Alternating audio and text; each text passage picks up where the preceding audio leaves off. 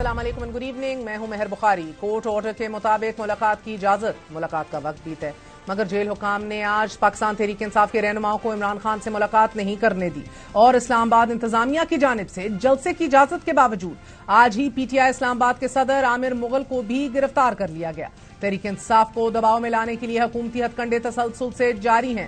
عمران خان عدت نکاح کیس میں گرفتار ہیں اور اس کیس کو آخری مرحلے میں داخل ہوتا دیکھ کر حکومت نے ایک طرف عمران خان کے خلاف بغاوت کے مقدمے کی تیاریاں شروع کر رکھی ہیں، پنجاب حکومت نے باقاعدہ سمری کی منظوری بھی دی ہے اور عدت نکاح کیس میں عدالت کے 12 جولائی تک فیصلہ سنانے کے ریمارکس کے بعد آج خاور مانیکا نے 1 ماہ میں فیصلہ دینے کی پابندی کے خلاف اسلام آباد ہائی کورٹ سے رجوع کر لیا ہے۔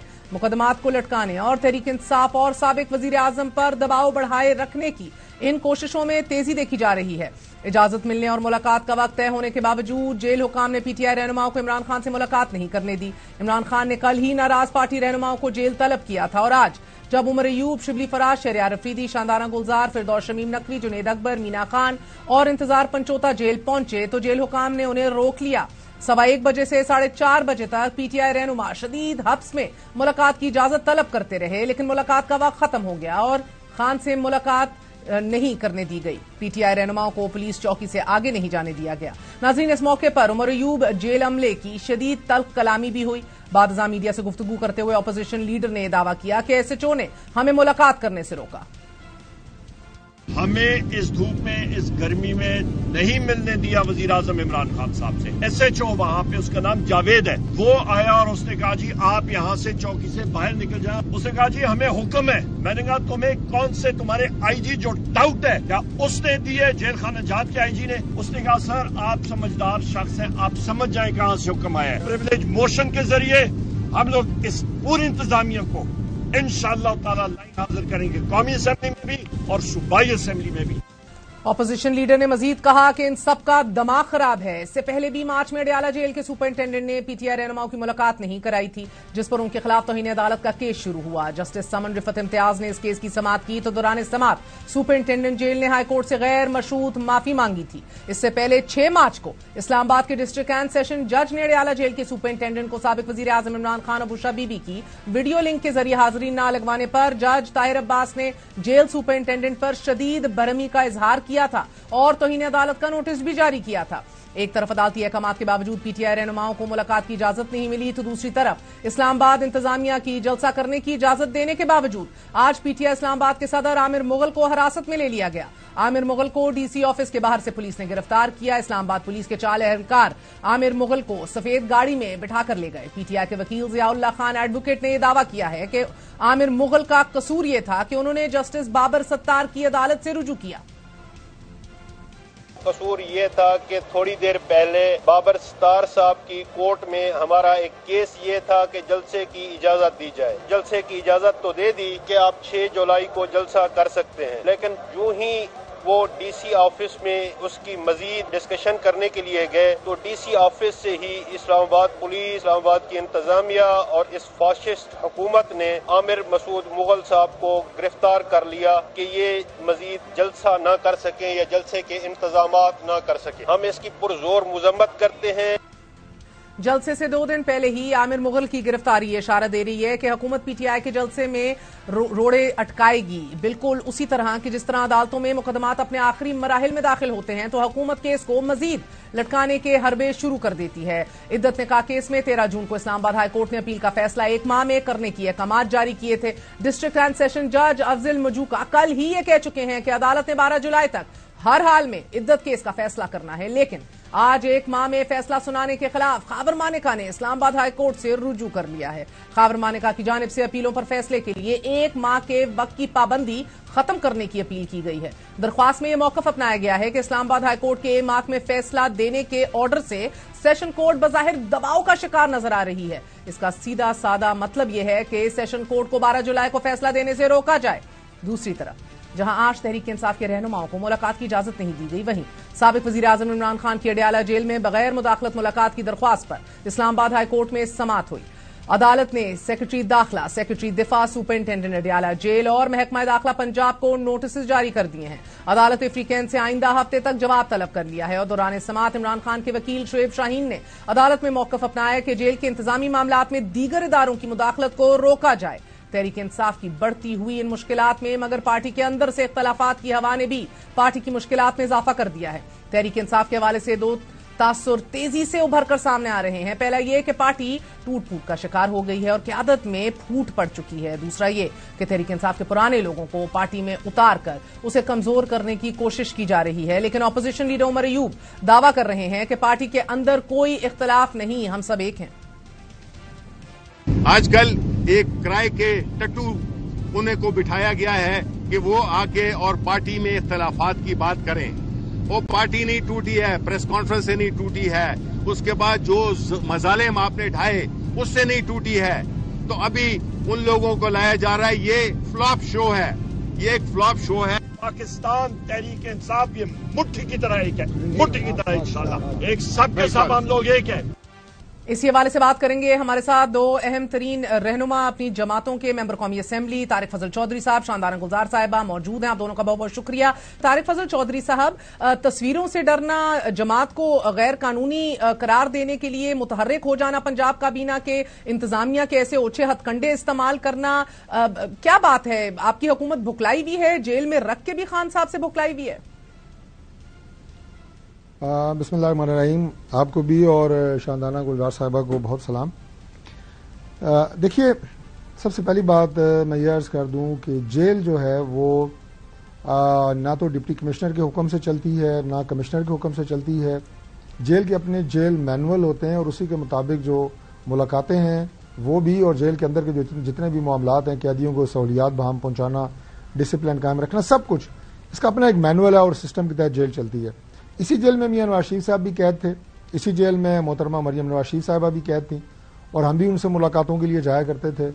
میں آپ کو پوری یہ کیا کہوں کہ سچائی سے یہ بات بتا رہا ہوں کہ کئی دفعہ ہمیں بھی مایوس لوٹنا پڑتا تھا۔ میں اپنی بات کر رہا ہوں، اپنی اور لیڈرشپ کی بات کر رہا ہوں۔ طارق فضل چودھری صاحب، تب تو آپ لوگ گلا کرتے تھے کہ جنرل فیض حمید کے آرڈرز کے اوپر یہ سب کچھ کنٹرول کیا جا رہا ہے اور آپ سب کو جیلوں میں بھی ڈالا جا رہا ہے۔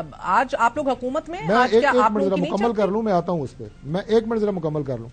اب آج یہ الزام لگانا جناب کہ ایس ایچ او نے ہمیں نہیں ملنے دیا گیا اور جیل میں باقی کوئی ادارے مداخلت کر رہے ہیں۔ دیکھیں، اداروں کے بس اتنا ٹائم نہیں ہے کہ وہ جیل میں کا گیٹ ہے اس کو واچ کریں کہ کون ملنے جا رہا ہے اور کون نہیں ملنے جا رہا۔ وہی پوچھ رہی ہوں نا چودھری صاحب، کل ٹائم تھا اداروں کے پاس، آج ٹائم نہیں ہے۔ سابق گورنر کے پی کے بھائی ہدایت اللہ خان، سابق سینیٹر، وہ ایک بم دھماکے میں شہید ہوئے ہیں، ان کے والد بھی سینیٹر تھے، ہمارے کلیگ بھی رہے ہیں۔ اس طرح کے واقعات پاکستان میں نمودار ہو رہے ہیں۔ ہم ہر واقعے کے اندر، جو آپ نے ابھی اسٹیٹمنٹ دی ان کے وکیل کی، اداروں کو لے کے آنا کوئی اپنی یا تو بہت بڑی کامیابی سمجھتے ہیں، لیکن یہ بات جو ہے یہ باعث شرم ہے۔ میں تو کہتی ہوں یہ غلط ہے، یہ بھکلائے ہوئے ہیں، یہ بھٹکے ہوئے ہیں۔ مگر مجھے یہ فرمائی دیجیے گا چودھری صاحب، کیا ماضی میں آپ لوگ بھی بھٹکے ہوئے تھے؟ کیونکہ آپ کے ایگزیکٹلی یہی الزام تراشیاں ہوتی تھیں، آپ لوگ بھی اداروں کو پن پوائنٹ کر کے کہتے تھے کہ یہ تو صرف پپٹس ہیں، اصل کام تو ادھر سے ہو رہا ہے۔ بات یہ ہے کہ جہاں پہ آپ کو اس بات کو لگتا ہے، کئی دفعہ ہم نے اس ایک پٹیشن کا حوالہ دیا جو جسٹس شوکت صدیقی صاحب نے پہلے ہائی کورٹ میں جمع کرائی اور سپریم کورٹ میں وہ کیس انہوں نے جیتا بھی، وہ ایک الگ کہانی ہے۔ لیکن میں عمران خان سے ملاقات کے حوالے سے یہ کہہ رہا ہوں کہ آپ اداروں کو خواہ مخواہ اس میں ملوث کر رہے ہیں۔ یہ سرین جیل کے مینول کے اور جیل سپرنٹینڈنٹ کی ثوابدید ہے۔ عدالتی احکامات ہوں گے، ان کی 100% منون اس پہ عمل درآمد ہوگا، کوئی بھی انہیں وہ نہیں کر سکتا، ڈینائی نہیں کر سکتا۔ اور عمران خان صاحب نے فرمایا کہ میں نے لیڈرز کو اپنے کو طلب کیا اور وہ آ جائیں۔ یہ تو نہیں ہو سکتا کہ کوئی جیل کے اندر سے کسی کو طلب کرے اور وہ کسی بھی وقت ملاقات کے لیے چلا جائے۔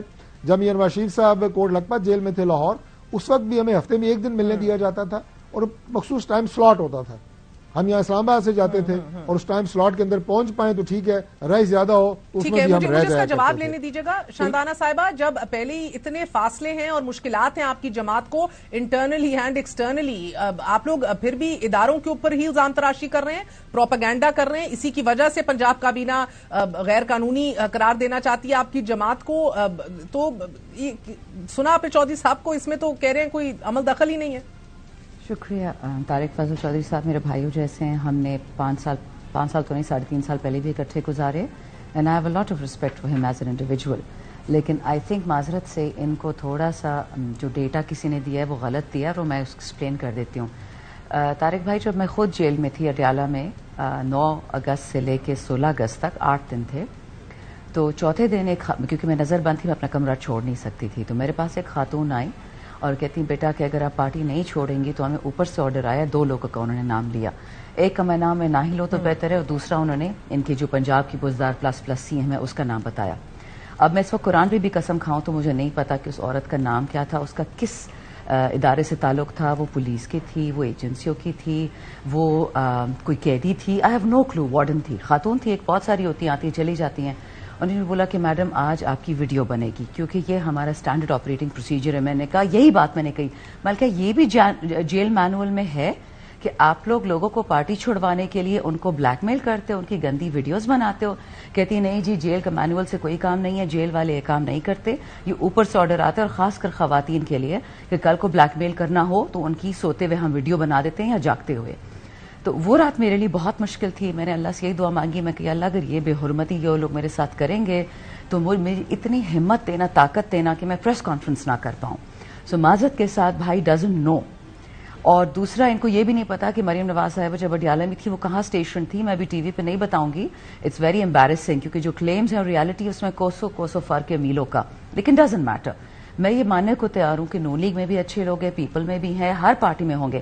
پرابلم لیڈرشپ کا ہے، کمپرومائزڈ ہیں، اکثر جھوٹ بولتے ہیں اور اپنی ٹیم لیڈرز کو بھی غلط انفارمیشن دیتے. میں نے یہی بات اس دن اسمبلی کے فلور پہ کہی تھی تو میری پوری اسپیچ کاٹ دی گئی تھی. پرابلم کیا ہے؟ اگر میں سچ بول رہی ہوں، اپنے بارے میں ہی سچ بول رہی ہوں، کسی کو مسئلہ کیا ہے اس سے؟ And I can assure you کہ جب ہائی کورٹ کہہ دے کہ these people are authorized to meet Imran Khan on this particular day, jail superintendent کی یا جیل خانہ جات کی اس پہ کوئی پریسیڈنس نہیں رہتی. ہم جائیں گی کنٹیمپٹ آف کورٹ میں، اور یہ طریقہ کوئی نہیں ہے، یہ طریقہ غلط ہے. جو بھی کرے طریقہ غلط ہے. ٹھیک ہے شاندانہ جی، بتائیے گا آج آپ کی ملاقات کی نوعیت تھی جو جماعت کے اندر بڑے اختلافات پائے جا رہے ہیں. آپ نے 3 گروہوں کا بھی ذکر کیا، 3 گروپس ہیں، آپ نے کانوں کو ہاتھ بھی لگایا کہ مجھے خان صاحب اجازت دیں تو ان پاگلوں سے جان چھڑا کے میں ادھر سے نکلوں.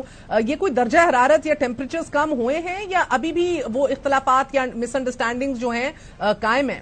دیکھیں مہر، شرم کی بات ہے کہ اس ملک میں ہم نے عورتوں کی حیا پہ ہاتھ ڈالا. شہریار نے بھی فلور آف دا ہاؤس بھی یہی کہا تھا، شہریار فریدے نے، کہ آپ لوگ بات تو بڑی بڑی کرتے ہیں، عورتوں کی عزت، عورتوں کا وقار، ہیومن رائٹس، چوڑیوں پہ ناراض ہو جاتے ہیں، لیکن جن عورتوں کے کپڑے اتروائے گئے، دوپٹے اتروائے گئے، تو کیا یہ چوڑیوں سے آپ مشابہت دے سکتے ہیں؟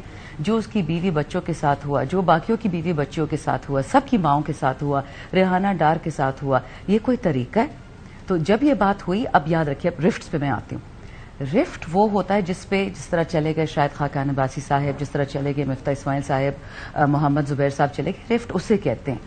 اس وقت جو ہر پارٹی میں ہوتا ہے، جو ڈیموکریٹک ہوتی ہے، جو موروثی نہیں ہوتی، اس میں ہمیں خان صاحب نے بھی حق دیا تھا. مجھے یاد ہے جب اسد عمر صاحب کو ہٹایا گیا تھا فائنانس منسٹر، ہم نے باقاعدہ خان کے ساتھ سٹنگ کی تھی، تمام ایم این ایز نے، ہم نے ناراضگی کا اظہار کیا تھا. وہ تو اس وقت سٹنگ پرائم منسٹر تھا، ہم نے سوال پوچھا تھا.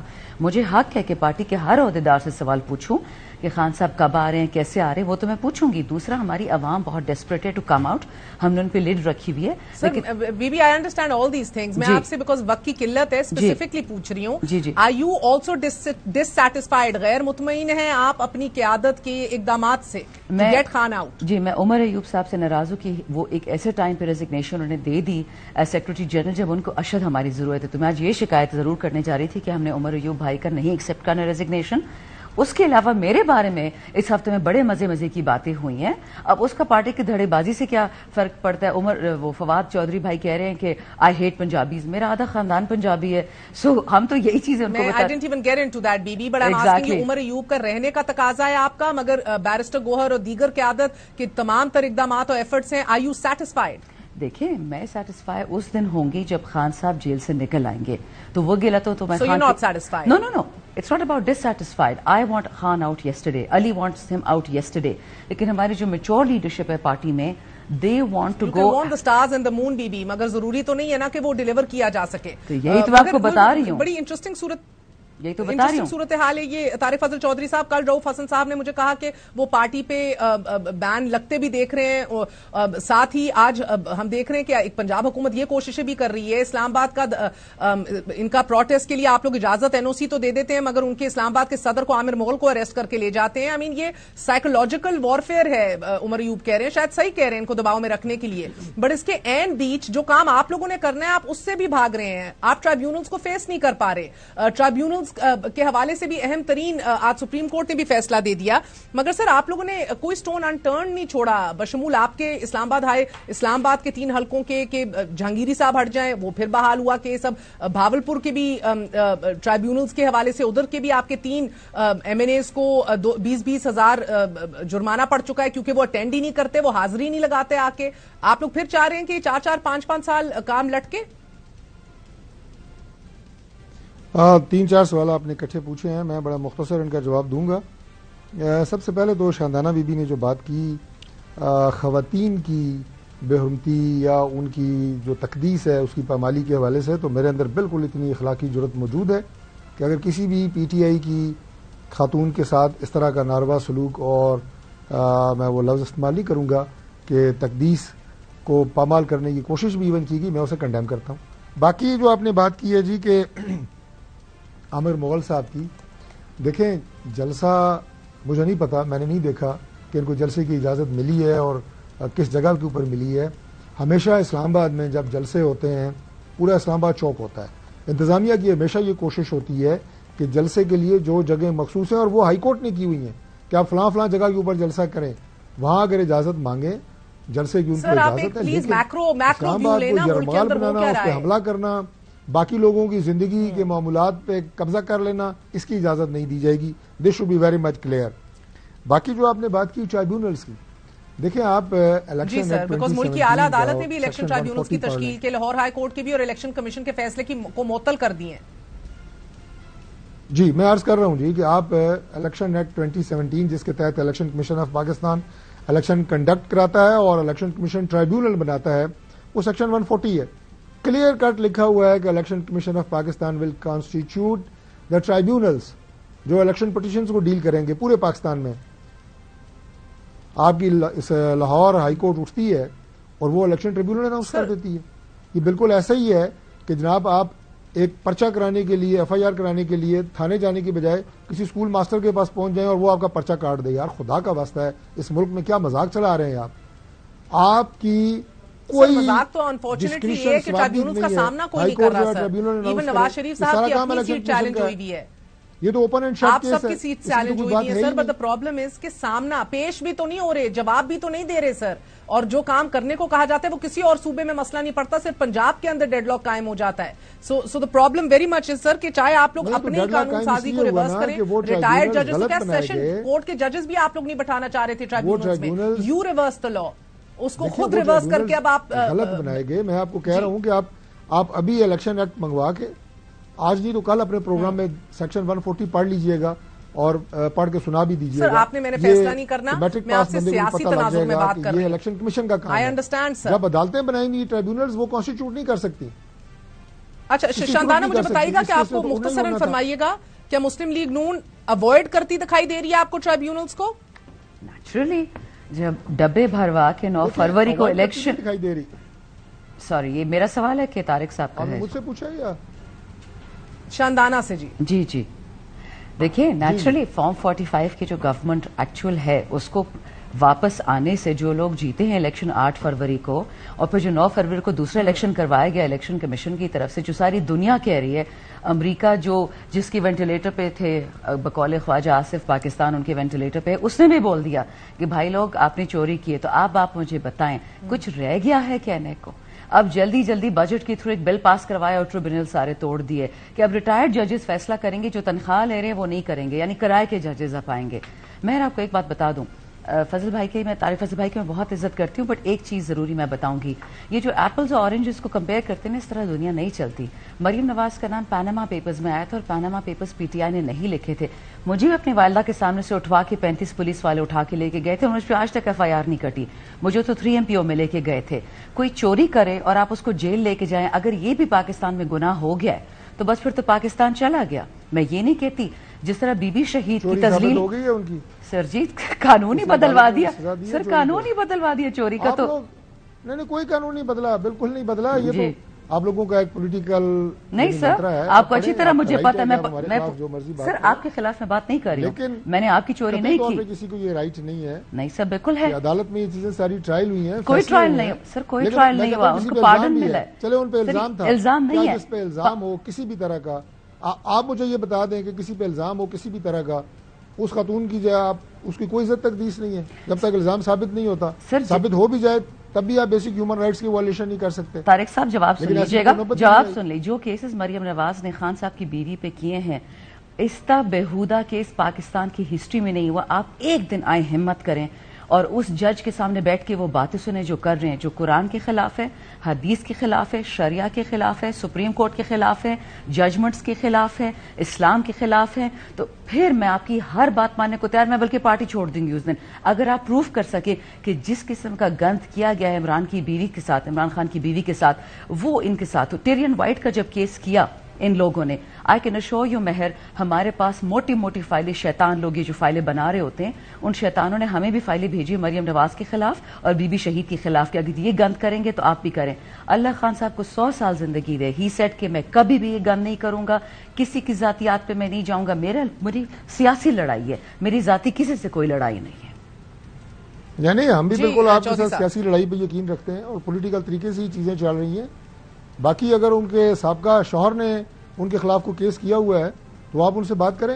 اس میں پاکستان مسلم لیگ نون کا یا ہمارے کسی کا کیا تعلق ہے؟ سر ان کا بھائی آپ کے ساتھ بیٹھتا ہے اسمبلی میں, شوہر نے ان کا سابقہ شوہر کا بھائی آپ کے ساتھ اسمبلی میں بیٹھتا ہے, مانے کا صاحب کی آنریبل بیگم کی, وہ ہم نے تو نہیں بتائی سر, وہ تو انہوں نے باتیں بتائی ہیں, انہوں نے کیس کیا ہوا ہے.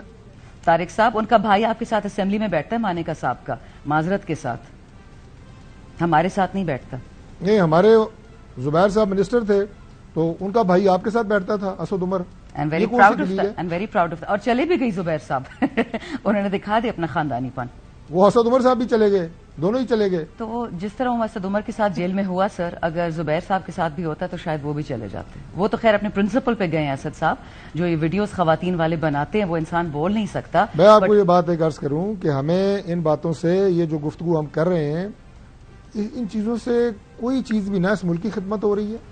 میں اس پورے سسٹم کو اگر لے آؤں, جس طرح نظام کو چلانے کی کوشش کی جا رہی ہے, نہ کوئی پارٹی کی خدمت ہے, نہ اسمبلی کی خدمت ہے, نہ یہ کوئی جمہوریت کی خدمت ہے. بتائیں نا کیا نظام ہے. And rise from these topics and these issues جو کہ ویمن میٹر سر, میڈیا کی سینئر بنے ہوئے ہیں. مجھے آپ بتائیں جب قاسم سوری صاحب ڈپٹی اسپیکر تھے, وہ کتنے عرصے بعد نااہل ہوئے تھے, اور کیا 5 سال وہ صرف اسٹے پہ ڈپٹی اسپیکر نہیں رہے؟ ہر طرف کی کہانیاں ہیں. 2018 کے اندر جو الیکشن ہوا, مسئلہ یہ ہے کہ آدھی سے زیادہ اسمبلی بھی اب اسٹے آرڈر پہ چلے گی, ایسے معاملات میں الجھے گی. نہیں ہوا یہ سارا. طارق فضل چودھری صاحب, جے یو آئی پہ اے این پی اور تحریک انصاف بھی ری الیکشن ڈیمانڈ کر رہی ہے. آپ لوگ 5 سال نکال پائیں گے؟ دیکھیے پاکستان میں جس طرح کا یہ سسٹم چل رہا ہے, اللہ خیر کرے. میں تو کہوں گا کہ ملک کو مزید نقصان سے بچانے کے لیے ضروری ہے کہ ہم اپنی ذاتی انا کے بت سے نکلیں. 5 سال یہ گورنمنٹ اپنا ٹائم پورا کرے. خان کو بھی تو باہر آنے دیں. آپ کے تو خود ایڈوائزر کہتے ہیں کہ 5 سال ان کو اندر رکھنا ہے. احسن اقبال صاحب کہتے ہیں, رانا ثناء اللہ صاحب کہتے ہیں کیسز بھی بنانے پڑے تو بنائیں گے, ان کو اندر رکھنا ہے. آپ کی کنٹینیوٹی اور حکومت کا تسلسل ہی عمران خان کے پابندے سلاسل سے جب نتھی ہوا ہو تو کون سی کریڈیبلٹی یا کون سی ٹانگوں پہ. عمران خان اگر باہر بھی آئیں گے تو کوئی قیامت نہیں آئے گی. جو ان کے خلاف مقدمات ہیں, ہماری تمام لیڈرشپ, ایک لمبی فہرست ہے, آپ کے پروگرام میں پڑھوں, وہ رہے, انہوں نے کیسز کا سامنا کیا, باہر آئے. عمران خان صاحب بھی, ان کو کتنے ریلیف مل چکے ہیں عمران خان صاحب کو؟ آپ کو ریکارڈ میرے سے زیادہ اچھا ہے, آپ مجھے بتائیں. شاید ہی اپوزیشن میں کسی لیڈر کو اتنی زیادہ ریلیف, اتنی زیادہ ضمانتیں ملی ہوں.